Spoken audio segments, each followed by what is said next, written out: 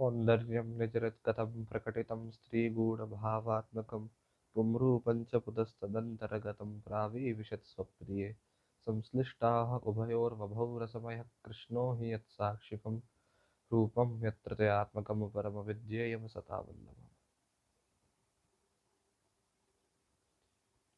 वैष्णवों, आप सभी का सिद्धांत रहस्य इस ग्रंथ के यह तृतीय सेशन में आप सभी का खूब खूब स्वागत है।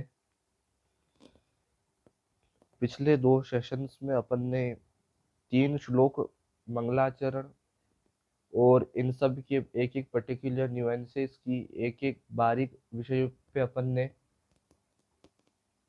विचार किया, आचार्यों का विचार देखा, पूर्वाचार्यों का सबका अध्ययन करवाया। अब चतुर्थ श्लोक पे आते हैं। अपन वैसे तो गोकुलनाथ जी की टीका ले रहे हैं जस्ट बिकॉज वह बहुत ही ज़्यादा आज की तारीख में ट्रेंडिंग है और काफ़ी उन्होंने अच्छे से सरलता से समझाया है। इसके साथ साथ अपन अन्य अन्य आचार्यों की भी कमेंट्रीज, उनका भी मत, उनका भी इनने जैसे समझाया है उसको बीच में लेते चलेंगे। ठीक है। अतो भक्ति मार्गे निवेदने नैव सेवा प्रतिबंधक सर्वदोष निवृत्तिरिति त्यक्त आहुः अन्येथेति। इस कारण जो उपरोक्त पहले बताए गए सभी कारण हैं जो अपन ने लास्ट सेशन में कवर किए थे, जिनसे सेवा में, भगवत सेवा में प्रतिबंधक सभी दोषों की निवृत्ति होती है, यह तो बता दिया है। पर अगर उनको न किया जाए उन प्रकारों को तो क्या, तो उसको आगे समझा रहे हैं। अन्यथा सर्वदोषाणां न निवृत्ति कथंचन कथंचन असमर्पित वस्तूनां तस्माद् वर्जनमाचरेत्। अर्थात क्या, अब आगे देखिए गोकुलनाथ जी क्या समझाते हैं। अन्यथा भक्ति मार्गे निवेदन व्यतिरेकेण सेवा प्रतिबंधक सर्वदोष निवृत्ति न भवति कथंचनेति प्रकांतरव्युदासः उक्तः। कि अन्यथा शब्द का अर्थ यह है कि भक्ति मार्ग में निवेदन के बिना सेवा में प्रतिबंधक सभी दोषों की निवृत्ति नहीं होती है और जो पूर्व में बताए गए प्रकार हैं उनके अलावा बाकी इसमें लगते नहीं है, उनका कोई सिग्निफिकेंस नहीं है, उसको भी कथनचन शब्द से कह दिया है। तो यह दोष कौन से दोष हैं और उनकी निवृत्ति मतलब क्या। यह दोष, पंचविध दोष तो पहले ही बता दी शास्त्रोक्त।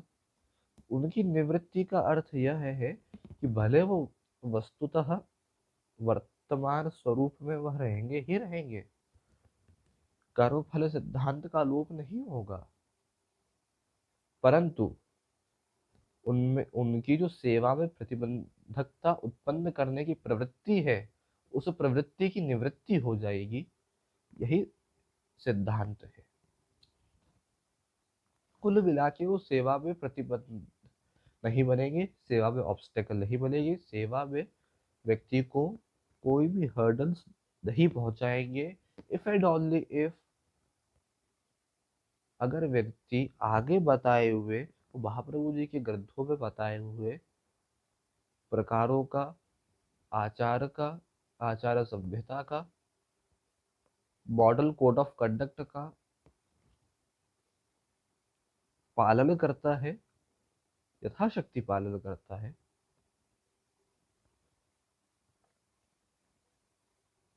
तो आप एक बात पे ध्यान दीजिएगा। सेवा में प्रतिबंधात्मक सभी दोषों को प्रमाण सहित तो बताया ही गया है, उनकी निवृत्ति भी कह दी है। अब यह कहकर आगे जीवन पर्यंत किस प्रकार से व्यक्ति के जीवन में दोषों का प्रवेश न हो, व्यक्ति के जीवन में, उसकी प्रवृत्ति में, उसके स्वभाव में दोषों का सांकर्य न आवे, उसका क्या उपाय है? वह उपाय है असमर्पित वस्तु नाम तस्माद वर्जनमाचरेत। असमर्पित वस्तुओं का वर्जन करना चाहिए, उनको अपने वैष्णव जीवन में उनका उपयोग नहीं करना चाहिए। क्योंकि जब तक भगवत संबंध उन वस्तुओं का भौतिक आध्यात्मिक शुद्धि के लिए न करवाया जाए, तब तक, जब जब तक वो सब वस्तु भगवदीय न हो जाए, सेवा में सपोर्टिंग न हो जाए, तो वो तो अपोज कर ही सकती है। इसलिए उनका वर्जन करना चाहिए, उनका संसर्ग ही करना चाहिए, यह अर्थ है।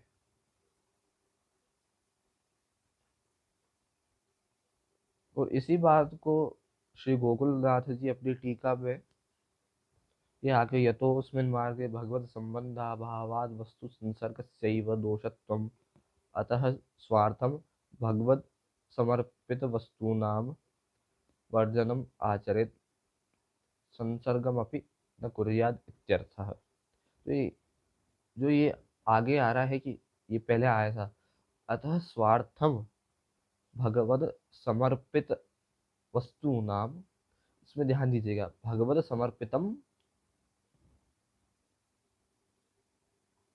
वस्तूनाम, क्या भगवद समर्पितम, द पूरा है, संधि का विच्छेद करेंगे तो भगवत असमर्पित वस्तु नाम वर्जनम आचरेत, मतलब भगवान को जो असमर्पित वस्तुएं हैं उनका वर्जन करना चाहिए। आधा म, आधा द, और भगवत का आधा द, और असमर्पित का अ, इन दोनों में संधि जब हुई तो व्याकरण आदि के नियमानुसार वह हुआ कंप्लीट द। तो थोड़ा आप लोग संधि विच्छेद आदि सब व्याकरण अप्लाई करते जाएंगे तो इनको समझने में अच्छा रहता है।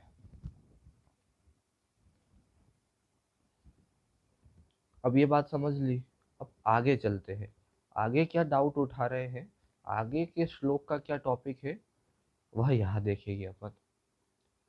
इस प्रकार असमर्पित वस्तु मात्र का त्याग करने पर तादृशी को भगवत जीव को आगे लौकिक वैदिक व्यवहार की सिद्धि होती है। पर यह कैसे होगी? इस आशंका, इस डाउट आने पे, या यह पूर्व पक्ष होने पे भगवत जीव के तादृशी के व्यवहार की सिद्धि का प्रकार भी आगे बता रहे हैं कि निवेदि भी समर्प्यैव, कंटिन्यू कर रहे हैं, असमर्पित वस्तु नाम से लेके अभी आगे पूरा कंटिन्यू कर रहे हैं, पूरा मॉडल कोड ऑफ कंडक्ट बता रहे हैं। निवेदि भी समर्प्यैव सर्वं कार्यम इति स्थिति न मतं देव देवस्य सामि भुक्तम समर्पणम।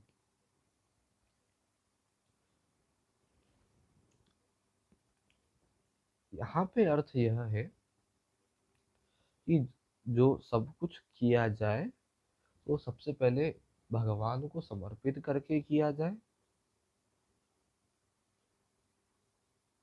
इति स्थिति ही, मतलब यही भक्ति मार्गीय व्यवस्था है, यही भक्ति मार्गीय मर्यादा है, यही भक्ति मार्गीय सदाचार है। और अन्य अन्य देवों को अर्पित किया हुआ, पितरों को अर्पित करा हुआ कोई भी वस्तु, अन्न आदि या कोई भी चीज श्री ठाकुर जी को समर्पित नहीं करनी चाहिए, उनकी सेवा में उपयोग में नहीं लानी चाहिए। यह भी आगे की पंक्ति में आएगा, 5वें श्लोक की दूसरी पंक्ति में। तो अपन कमेंट्री लेते हैं। निवेदि भी स्वमार्गानुसारेण कृतम आत्मनिवेदि भी सर्वम लौकिकम वैदिकम च।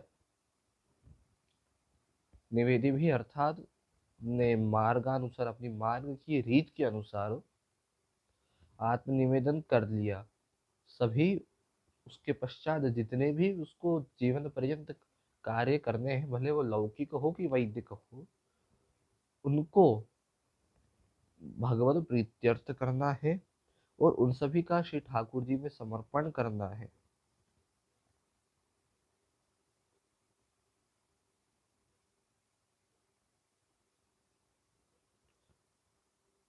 ठीक है। तभी लौकिक वैदिक कार्य कौन कौन से हैं, उसके कुछ इलस्ट्रेशन एग्जाम्पल्स आगे आगे देते हैं।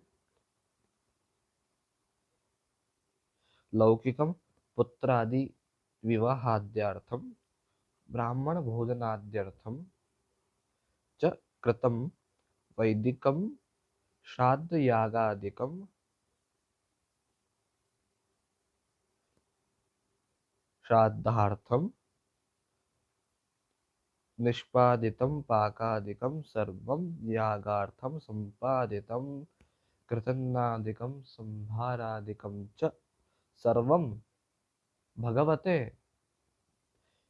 निवेद्यैव भगवन्निवेदनानन्तरं पश्चात् सर्वं कार्यम इति।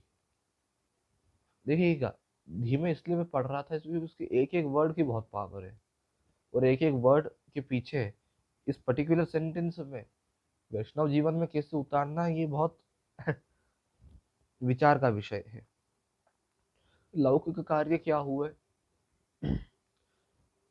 पुत्र पुत्री आदि का विवाह, ब्राह्मण भोजन आदि, या स्वयं के उपयोग के लिए या स्वयं के परिवारजनों के उपयोग के लिए कोई वस्तु कोई कार्य करना। इसके अलावा कोई भी मंगल प्रसंग प्रस्ताव आदि करना, सोशल प्रोग्राम करना कोई भी, यह सब इसके अंदर आते हैं। वैदिक कार्यों में जैसे यज्ञ आदि कर्म है, श्राद्ध आदि है, इन सब को इंक्लूड किया गया है। तो इन सब को करने के लिए जो जो भी वस्तुएं लग रही हैं,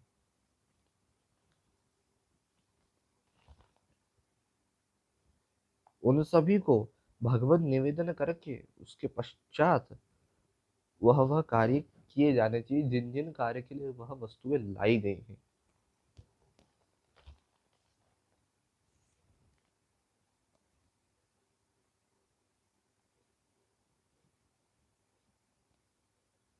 अब ध्यान दीजिएगा, गोकुलनाथ जी यह समझा रहे हैं कि जैसे वैदिक कार्यों के लिए, जैसे श्राद्ध के लिए, श्राद्ध में ब्राह्मण भोजन करवाने के लिए जो भी पाकादिक कार्य किए हैं, रसोई बनाई है, श्राद्धार्थम निष्पादितम पाकादिकम, श्राद्ध के लिए जो रसोई बनाई है, सर्वप्रथम पुष्टि मार्ग में क्या किया जाता है, वह जो रसोई है जो श्राद्ध के निमित्त बनाई गई है, ब्राह्मण भोजन के लिए के निमित्त बनाई गई है, सर्वप्रथम उसको श्री ठाकुर जी को भोग धरा जाता है। कैसे? तब जब भोग धरते हैं तब उन वस्तुओं पे, उन सामग्री पे कि ये ब्राह्मण भोजन के लिए है, कि ये श्राद्ध करने के लिए है, या ये कोई भी पितृकर्म करने के लिए है, या कोई देव कर्म करने के लिए है, यह भावना नहीं की जाती। उन सभी वस्तुओं को बेसिकली प्लेनली जैसे भोग धरते हैं, उसी तरीके से भगवत प्रीत्यर्थ भगवत सुखार्थ भोग धरा जाता है। उसके बाद फिर उन पाकादिक से, उन रसोई से आगे कर्म किए जाते हैं। यह श्राद्ध के केस में हुआ। इसके अलावा एक और अपन एग्जाम्पल देखते हैं मांगलिक केस में। जैसे जन्माष्टमी के अगले दिन जब षष्ठी देवी का पूजन होता है, और जन्माष्टमी की एक दिन पूर्व पहले भी उनको भोग आता है, जन्माष्टमी वाले दिन भी भोग आता है, और उसके अगले दिन यानी नंद महोत्सव वाले दिन षष्ठी देवी की पूजा होती है। तो उनको जो भोग आता है माठ, सेब के लड्डू, पंजरी के लड्डू आदि आदि सब जो सब सामग्रियां भोग आती हैं, अनसकड़ी की, दूध घर की, नागरी की, वह सभी सामग्री पहले श्री ठाकुर जी को अरोगाने के भाव से ही श्री ठाकुर जी को अरोगाई जाती है। ऐसा नहीं कि ठाकुर जी के सामने लाए, दृष्टि कराई और ले गए, ऐसा नहीं। किसी भी ऑर्डिनरीली ठाकुर जी को भोग धरा जाता है, ऐसे ही श्री ठाकुर जी को भोग धरा। उसके बाद फिर जब भोग आ जाता है, तब उन सामग्री को सरा के अलग रख लिया जाता है, बाकी सामग्रियों के साथ नहीं रखते हैं, या सीधे उनको खुद की डेली यूज की रसोई में या फ्रिज में रख लेना, या सीधे भंडार में चले जाना, ऐसा नहीं होता। उनको एक जगह साइड में रखते हैं। श्री ठाकुर जी के सेवा क्रम पहुंचते हैं, उसके बाद जब षष्ठी पूजन करने जाते हैं, तब वह सामग्री तब देवी को भोग आती है। ऐसे ही मार्कंडे पूजन जो जन्म दिवस पे होता है वल्लभ कुल आचार्य बालकों का, उसमें भी जो दूध घर भोग आता है, वह भी पहले श्री ठाकुर जी को भोग आ चुका होता है, वही सामग्री भोग धरी जाती है, या उन सामग्री का नैवेद्य चढ़ाया जाता है मार्कंडे पूजा में। ऐसे ही प्रस्तावादि के अंगभूत निमित्तक गणपति स्थापना जो होती है, उधर भी वही, बड़े गणेश छोटे गणेश में भी वही भगवत समर्पित वस्तु पाकादिक सामग्रियां अरोगाई जाती हैं, उनका निवेदन किया जाता है। तो ये एक मांगलिक उदाहरण भी हो गया। अब अब बात में ट्विस्ट कहाँ आता है कि हर चीज का एग्जैक्टली नॉर्मली जिस तरीके से अपन समर्पण करने का समझते हैं, हर चीज का उस तरीके से नहीं हो सकता। आगे बता रहे हैं कि जैसे यज्ञादिक के लिए घृत, घी, अन्न, ज्वार, बाजरे, इनका आटा, लकड़ी, काष्ठ आदि और अन्य अन्य जितने भी संभार चाहिए, जितनी भी वस्तुएं चाहिए यज्ञादिक कर्म करने के लिए, उन सब का सीधा तो अपन नहीं कर सकते समर्पण। जैसे अभी अपन रसोई का कर रहे थे, क्या करोगे बताओ? क्या कच्चा घी ले जाकर ठाकुर जी के सामने धर देंगे, या सूखा लकड़ा ले जाकर ठाकुर जी के सामने धर देंगे कि ये लो प्रभु अरोग लो? नहीं। उस लकड़ी को ले जाके कोई श्री ठाकुर जी की सेवा के कार्य में भी उपयोग नहीं किया जाता। पहले कर देते, फिर यज्ञादिक कर्म के लिए ले जाएंगे, कि पहले इस लकड़ी से श्री ठाकुर जी की रसोई कर लेते हैं आँच लगा के, अग्नि प्रकट करके, या इस लकड़ी पे स्नान के लिए जल गर्म कर देते हैं वगैरह। ऐसा कोई भी मस्ती नहीं की जाती है। तो उस केस में क्या करना चाहिए, वह देखिए गोकुलनाथ जी क्या आज्ञा करते हैं।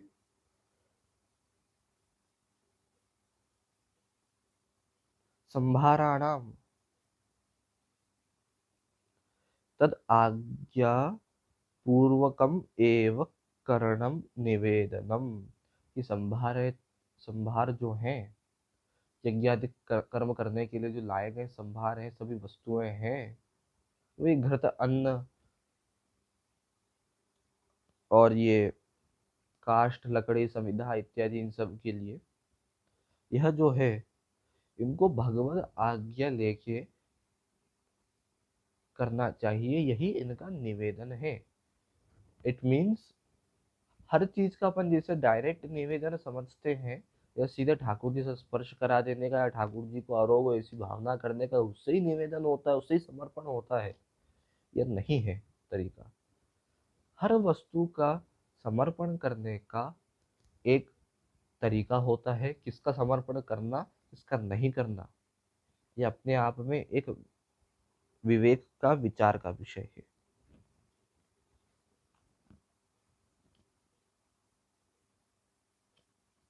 क्योंकि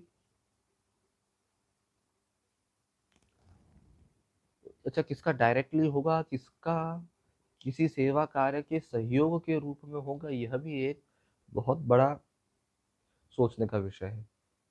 जैसे उदाहरण देता हूँ, काफी वैष्णव को आज के समय भी यह आदत में है, जब भी वो कोई नया वस्त्र लेके आते हैं, स्पेशली धोती बंडी उपरना साड़ी, इसे सेवा में ग्राह्य वस्त्रादि परिधान लेके आते हैं, जब वह कोरे होते हैं, उनको नहीं पहना होता है, या जब उनको फर्स्ट टाइम पहन रहे होते हैं, तब उनको श्री ठाकुर जी का जो चित्र लगा रहता है अपने घर में दीवार पे, उसका स्पर्श करवाते हैं, या कुमकुम उस पे लगाते हैं वस्त्र पे।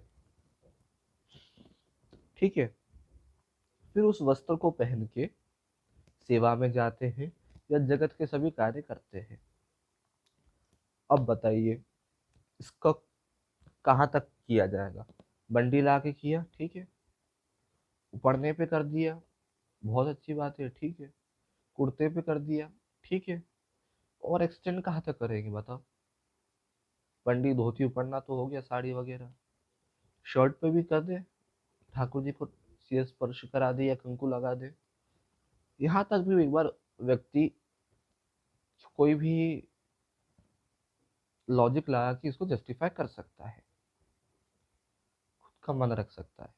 अब बताओ, कोई मोजे लेके आया है, सॉक्स लाया है या शूज लाया है, उसका क्या करोगे? क्या शूज का स्पर्श तो करा नहीं सकते, धर्म करने के चक्कर में अधर्म हो जाएगा, ठाकुर जी के प्रति असम्मान भी होगा, शिष्टाचार भी भंग होगा, ना उसके ऊपर कंकु लगाया जा सकता है, ना वह ठाकुर जी को धराए जा सकते हैं, भले वो लकड़ी के हों, प्लास्टिक के हों, रबड़ के हों कि लेदर के हों, किसी भी मटेरियल के हो। ठीक है, ये बात तो क्लियर है सभी को। स्पेसिफिकली ये उदाहरण इसलिए लिया क्योंकि सोशल मीडिया पे कई फोटोज देखने को आते हैं कि लोग मन मस्ती में कुछ तो भी श्री ठाकुर जी को समर्पित कर देते हैं, नॉन इंडियन फूड आइटम्स हैं, उसका विवेक नहीं रखना, खाद्य खाद्य का, पेय अपेय का, उसका विचार नहीं करते हैं, कुछ भी धरा देते हैं, नॉन इंडियन ड्रेसेस धरा देते हैं, लेदर के शूज धरा देते हैं।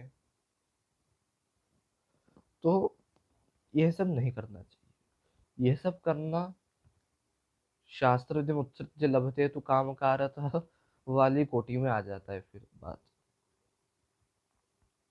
तो उन शूज का भगवत सेवा में या उन शूज का निवेदन कैसे करना, इधर ध्यान दीजिए।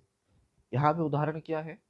यज्ञादिक कर्म के लिए लाए गए संभारों का, सभी वस्तुओं का डायरेक्ट लो प्रभु हरो गोया ठाकुर जी के स्वरूप से स्पर्श करा दिया, या खुद के लिए कोई ज्वेलरी लेके आया तो पहले ठाकुर जी को धराई, बाद में फिर अपन ने पहनना चालू कर दिया। यह विधा, ये प्रोसीजर इधर नहीं लगेगी। क्या करना है? व्यक्ति शूज लेके आया, बहुत अच्छे, जब भी वह व्यक्ति उन शूज को पहन के श्री ठाकुर जी की सेवा के लिए कोई कार्य करेगा, हवेली जाएगा, भगवत सेवा के लिए कोई वस्तु क्रय करेगा, या अपने वर्णाश्रम धर्म को प्रैक्टिस करने में बाहर जाएगा, काम करेगा, काम धंधे पे जाएगा, सेवा स्पेसिफिकली वह कोई जैसे साग भाजी लेने गया, दूध लेने गया, तो जब वह व्यक्ति उन जूतों को पहन के जाएगा भगवत सेवा में, किसी भी ऐसे कार्य के लिए जो भगवत सेवा को इनडायरेक्टली सपोर्ट करते हैं, या उन्हें सुखद करते हैं, या उन्हें सरल करते हैं, तो उन जूतों का इनडायरेक्टली समर्पण हो गया। उनका डायरेक्टली समर्पण करने की कोई जरूरत नहीं है। इसी बात को आप देखिए, श्री हरिराय जी अपने ग्रंथ में टीका ही है आप श्री की, सिद्धांत रहस्य पे स्वमार्गी शरण समर्पण सेवादि निरूपणम, उसमें आज्ञा करते हैं कि लौकिकम वैदिकम वापि कुर्यात् सर्वं समर्पितम, अतः सर्वेषु कार्येषु कुर्यात् आदौ समर्पणम, यथा समर्पणे योग्यम, ध्यान दीजिएगा, यथा समर्पणे योग्यम यत् तथा तत् समर्पयेत्, यज्ञादिषु विवाहादौ प्रदर्शम निखिलम हरे, गृहीत्वैव तदादेशं पश्चात् कार्याणि साधयेत्। अर्थात जो वस्तु को जिस तरीके से समर्पित किया जाता है वैसे ही समर्पित करना है, वो जो समर्पित करने योग्य है उसी को समर्पित करना है, लौकिक वैदिक कोई भी कार्य हो। ठीक है, जैसे यज्ञादिक कार्य में आहुति देने में, हवि में इड़ा पुरोड़ा शादी का उपयोग हो रहा है, तो वह तो बिल्कुल भक्ति मार्ग की रीति के अनुसार श्री ठाकुर जी को पहले से बना के दहाया ही नहीं जा सकता, रोका ही नहीं जा सकता। श्राद्ध का केस लिया था गोकुलनाथ जी ने पहले, वैदिकम श्राद्ध यागादिकम श्राद्धार्थम निष्पादितम पाकादिकम। ठीक है, श्राद्ध में पिंडदान जो है, उसके लिए जो पिंड बनाए जाएंगे वह तो पहले ठाकुर जी को नहीं अरोगाए जा सकते, नहीं ठाकुर जी को अरोगाने की भावना से वह आटे से पिंड वगैरह बना के ठाकुर जी को अरोगा दो, फिर वही पिंड सरा के लेके आओ पितरों को चढ़ा दो, ये करना तो जघन्य अपराध हो जाएगा। ऐसा करने पे न सेवा की सिद्धि होगी न पितृकर्म की सिद्धि होगी। तो इन सभी विषयों पे, इन सभी धर्म कर्मों पे कैसे आचरण करना चाहिए, गृहीत्वैव तदादेशम पश्चात कार्याणि साधयेत्, भगवद आज्ञा पाकर उन सभी कर्मों को करना चाहिए। इसी को भी एक अलग सेंस में संभाराणाम तदाज्ञा पूर्वकमेव करणम निवेदनम से गोकुलनाथ जी ने समझाया है। ठीक है,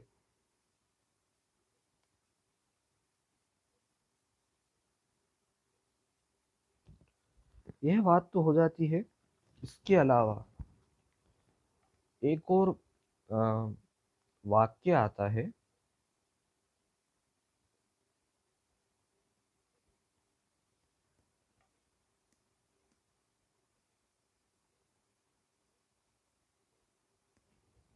कि जो हरि को, भगवान को पितरों का अवशिष्ट अर्पित करता है, वह व्यक्ति की अधोगति तो होनी ही होनी है, न उसको इस लोक में न परलोक में सुख मिलना है, पर साथ में वह अपने पितरों को भी ले डूबता है।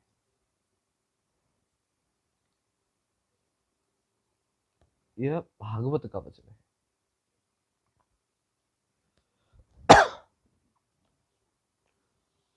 ठीक है,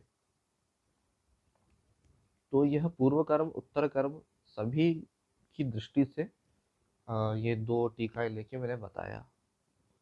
अब आगे चलते हैं।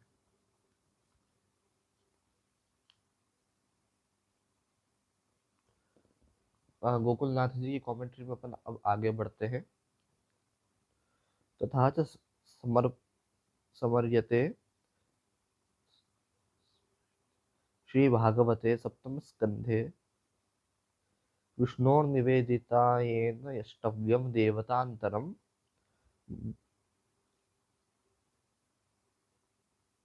पितृभ्यश्चापि तद्देयम् तदान तदान्त्याय कल्प्यते इति वचनादीयम भक्ति मार्ग मर्यादा। जो भी पहले समझाया था मैंने, उसी को इधर से बता रहे हैं कोट करके कि यही भक्ति मार्ग की मर्यादा है। इसका उल्लंघन करना व्यक्ति को दोष का भागी बनाता है। भक्ति मार्गीय दोष का वैष्णव जीवन में दोष का भागी बनाता है।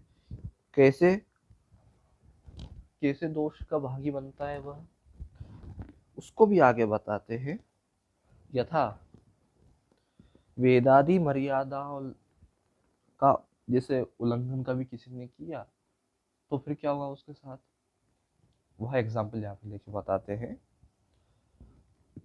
यथा वेदादि मर्यादोल्लंघनेन कार्यकरणे कर्ता दोष भाग भवति, तथा अत्रापि भक्तिमार्गीय मर्यादोल्लंघनेन कार्यकरणे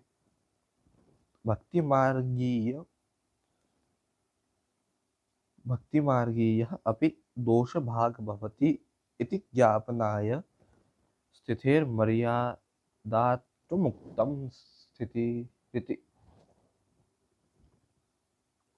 जैसे कोई वैदिक कर्म में वेदादि शास्त्र की मर्यादा का उल्लंघन करने पे उन्हीं शास्त्रों के अनुसार व्यक्ति दोष का भागी बनता है, और उन्हीं शास्त्रों के अनुसार व्यक्ति को फिर अकॉर्डिंगली उसका ट्रीटमेंट होता है या उसको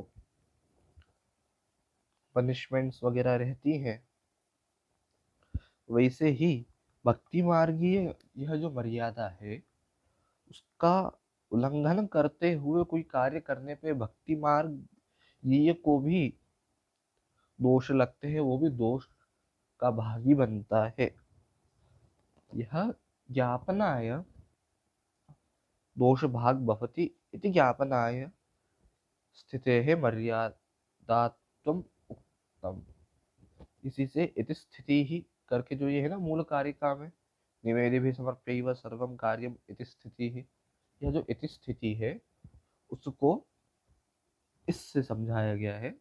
इति स्थिति का अर्थ क्या है, यह कि भक्ति मार्गीय मर्यादा के उल्लंघन का केस को समझाने के लिए इति स्थिति बताया गया है। अब न मतम देव देव स्वामी भक्तम समर्पणम। अब इसको अपन आगे देखते हैं। एवं वस्तु मात्रस्य निवेदन आवश्यकत्वमुक्त्वा कदाचिद् भगवदर्थं सम्पादित पदार्थेषु केनचित् गृहस्थितेन बालकेन स्त्रियादिना वा अज्ञानतनमध्ये किश्चित्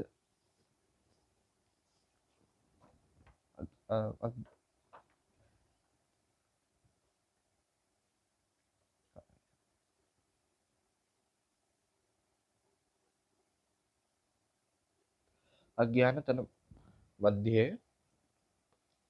किंचित स्वार्थम अन्यार्थम वा विनियुक्तम चेत तदा भगवदर्थम संपादितम वस्तु साम देखिएगा सामी भुक्तम अर्ध भुक्तम जातम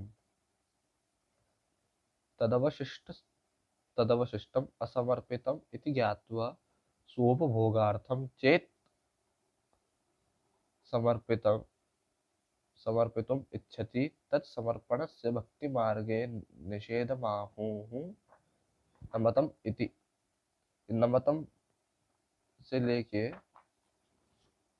सामी भुक्तम समर्पणम तक जो समझाया गया है उस पे इधर गोकुलनाथ जी की टीका आती है कि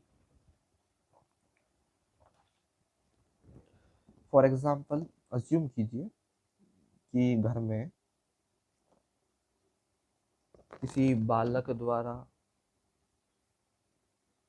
या किसी भी व्यक्ति को जिसको पता नहीं है कि यह वस्तु किस लिए रखी है, उसने उस वस्तु का उपयोग कर लिया या कोई सामग्री सिद्ध हो रही है और किसी भी आगंतुक ने या किसी भी घर के सदस्य ने सोच लिया कि अच्छी सामग्री सिद्ध हो रही है, वाह क्या खुशबू आ रही है, तो मैं इसको खाऊंगा, ये सोच लिया। या यह भी सोच लिया कि वाह क्या खुशबू आ रही है, ठाकुर जी के बाद मेरे को ही तो खाना है, मेरे को ही तो पाना है। अगर यह बुद्धि रखी तो सामग्री को साम्यभुक्त अर्धभुक्त के केस में डाला जाता है, यह समझना चाहिए।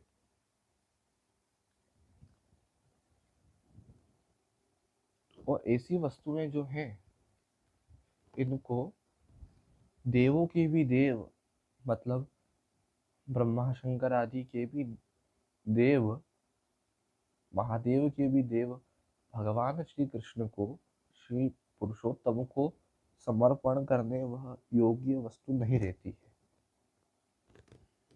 इसलिए ही अपने पुष्टि भक्ति मार्ग में सर्वप्रथम जो श्री ठाकुर जी के लिए, ठाकुर जी को रुकाने के लिए जो सामग्री बनती है, उसमें कभी भी यह भावना नहीं रखी जाती कि ये अपन खुद के लिए बना रहे हैं।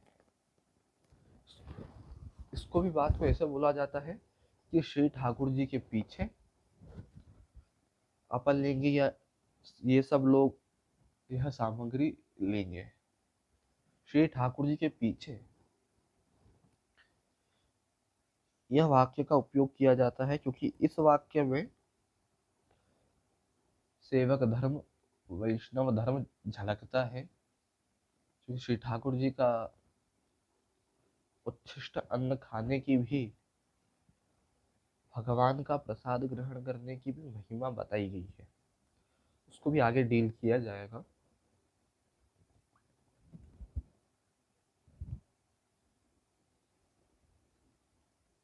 और दूसरा एग्जाम्पल कि कोई व्यक्ति रसोई में गया, उसको भूख लग रही है, उसने क्या किया, उसको दिखा कि बहुत अच्छी ये रखी है चीज, कोई भी वस्तु, कोई भी सामग्री, उसने उस पर हाथ मारा, लिया, खा लिया। अब भले वो खाया हुआ हाथ वापस लगाया या नहीं लगाया वह सामग्री पे, वह सामग्री साम्यभुक्त होगी क्योंकि उसमें से तुमने पहले खा लिया। यही जो मर्यादा है, यही मर्यादा एज इट इज कर्म मार्ग में भी रहती है कि पहले देव को नैवेद्य चढ़ाया जाता है, उसके पश्चात ही वह वस्तु मनुष्य प्रसाद रूप में ग्रहण करता है। ऐसा नहीं कि पहले अपन ने खा लिया फिर उसमें से जो बचा वह देव को दे दिया, ऐसा नहीं है।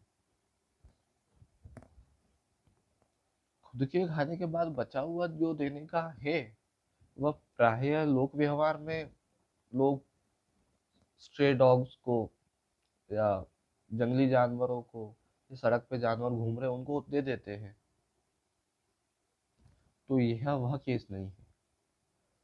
या जो लोग भी डेली में रोटी निकालते हैं श्वान के लिए, गाय के लिए, या जिस किसी भी प्राणी के लिए, वह श्री ठाकुर जी को भोग आने के बाद ही निकाला जाना चाहिए। मतलब न खुद को खाना है, न किसी और को खिलाना है, न किसी पशु आदि को भी खिलाना है। ठीक है। देव देवस्य का अर्थ यह है कि ब्रह्मादि भी जो देवता है उनके भी आराध्य श्री ठाकुर जी हैं। आप स्वयं परम काष्ठापन्न है, परम ब्रह्म है, परमात्मा है, परम पुरुष है। तो उनको, उनके जो जूनियर्स हैं, ऐसो का, उनको समर्पित किया हुआ गया ऐसा सामीभुक्त या किसी और व्यक्ति का खाया हुआ उसमें से बचा हुआ अर्धभुक्त समर्पण करना उनको, यह वैष्णव धर्म के खिलाफ है। यह बात बताई गई है। अब आगे चलते हैं।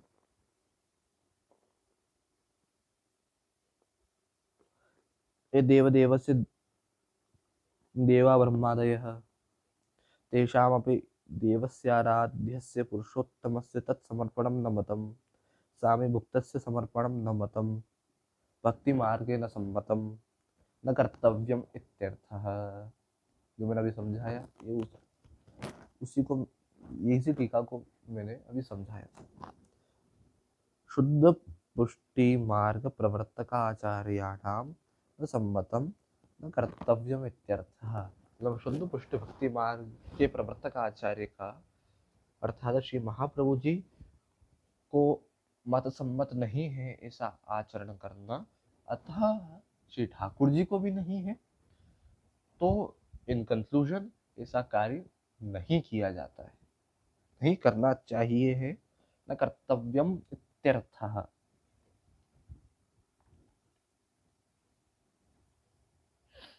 अब एक और आगे एग्जाम्पल देते हैं, एक और केस लेते हैं। अथवा स्व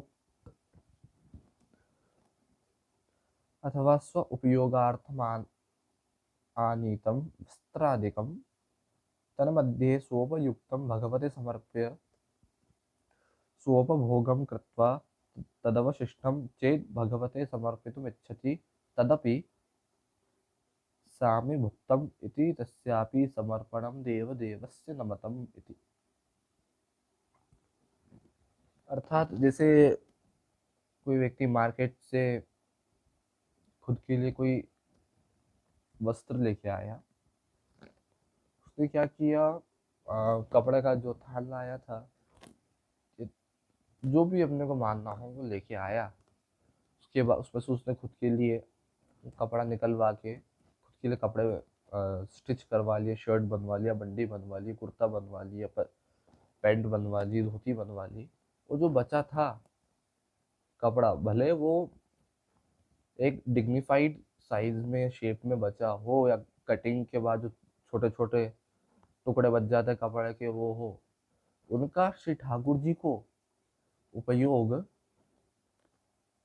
नहीं करना चाहिए, उनका भगवत सेवा में उपयोग नहीं करना चाहिए, उनको श्री ठाकुर जी को समर्पित नहीं करना चाहिए, यह समझाया गया है। ठीक है, यह जो बताया गया है इनको इन्हीं के परिप्रेक्ष्य में ले जाना चाहिए।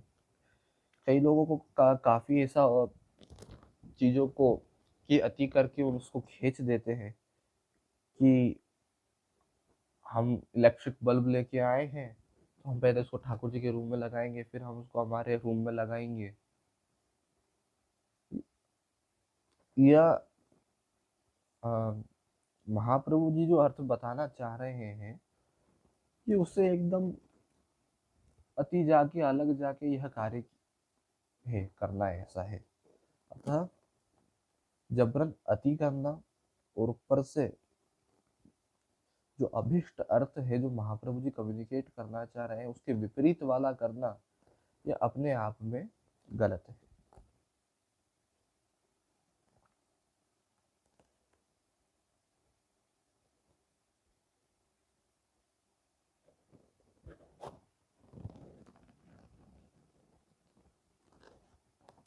आचरण बताया गया है करना, क्या करना, असमर्पित वस्तूनाम तस्माद् वर्जनम आचरेत। इसमें आचरण शब्द की भी एक स्पेशल सिग्निफिकेंस है कि जैसे यज्ञोपवीत संस्कार आदि होने के पश्चात भी, गायत्री मंत्र का उपदेश हो जाने के पश्चात भी श्रुति स्मृति इत्यादि में कहे गए आचरण का, धर्म का अगर पालन न किया जाए तो अभिष्ट फल की प्राप्ति नहीं होती है। ठीक है, या व्यक्ति कोई फल की आकांक्षा नहीं रख रहा है, कोई काम्य कर्म नहीं कर रहा है और फिर भी वो नित्यानिक कर रहा है, तो भी उसे फल की प्राप्ति नहीं होगी अगर वह शास्त्रीय मर्यादा का पालन नहीं करेगा। ऐसे ही चौथे श्लोक में जो आचरित शब्द लिया गया है उससे यही बताना चाह रहे हैं कि व्यक्ति असमर्पित का त्याग करे, समर्पित का ग्रहण करे, और सभी श्री ठाकुर जी के प्रति क्या व्यवहार रखना, क्या बाकियों के प्रति व्यवहार रखना, इस विषय में जो महाप्रभु जी के ग्रंथादि में सब आज्ञा की गई है, उन सभी डूस एंड डोंट्स का, विधि निषेधों का पालन करे, तभी उसको उसी अनुसार फल की प्राप्ति होगी। तो वैष्णव, ये अपन ने 4th और 5th श्लोक कवर किया है।